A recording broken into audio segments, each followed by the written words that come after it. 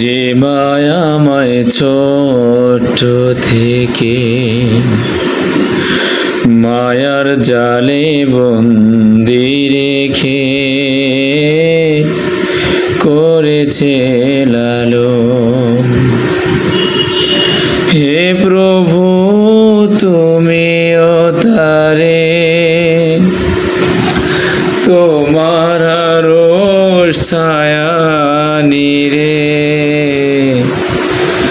করিও লালন, মাকে করিও লালন। মাঝে সদা আমার পাশে সুখে দুঃখে থাকতো বসে, সে মায়া যে আমায় ছেড়ে তোমার কাছে গেছে চলে। হে প্রভু তুলেছি হাত, তুমি তারে দাও গো নাজাত, করে নাও আপন। আমার একটা মা ছিল, অনেক ভালোবাসত, অনেক।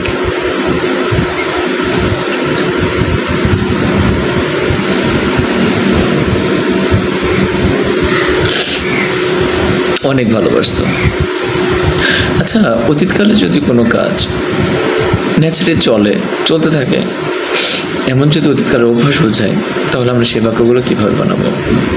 চলো আমার মায়ের ভালোবাসা দিয়ে শুরু করি। আমার মা আমাকে অনেক ভালোবাসত। এটা কি একদিনের? অবশ্যই না, এটা বহু দিনের একটা তার অভ্যাস ছিল। আর অতীতকালের যদি কোনো একটি কাজের অভ্যাস বোঝায়, তাহলে সেক্ষেত্রে আমরা এই স্ট্রাকচার ফলো করব। যেমন subject use to V1 plus others. যেমন আমি যদি বলি my mother use to love me very much.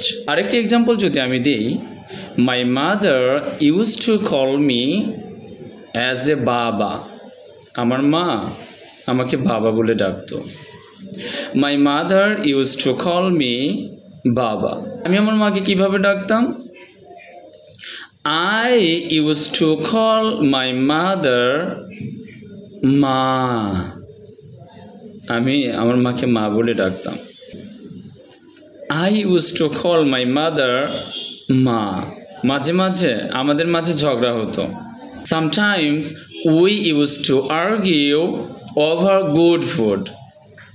Sometimes we used to argue over good food. মাঝে মাঝে আমাকে ভালো খাবার খাওয়ানোর জন্য মা আমার সাথে ঝগড়া করতো।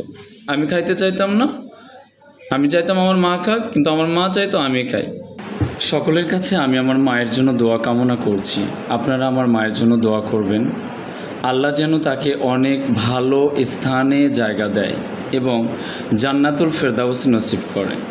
আমিও দোয়া করি আপনাদের বাবা মা অনেক সুখে থাক, আর যদি আল্লাহর কাছে চলে গিয়ে থাকে আমার মায়ের মতো, তাহলে যেন জান্নাতুল ফেরদাউস নসিব করে দেয়। That's all for today guys. আমার ভিডিওগুলো যদি একটু ভালো লেগে থাকে, তাহলে প্লিজ সাবস্ক্রাইব করুন এবং আমার ফেসবুক পেজ ফলো করুন। ভালো থাকবেন, সুখে থাকবেন, আর সাদ্দাম স্পোকেন কেয়ারের সাথে অলওয়েজ থাকবেন। Bye bye.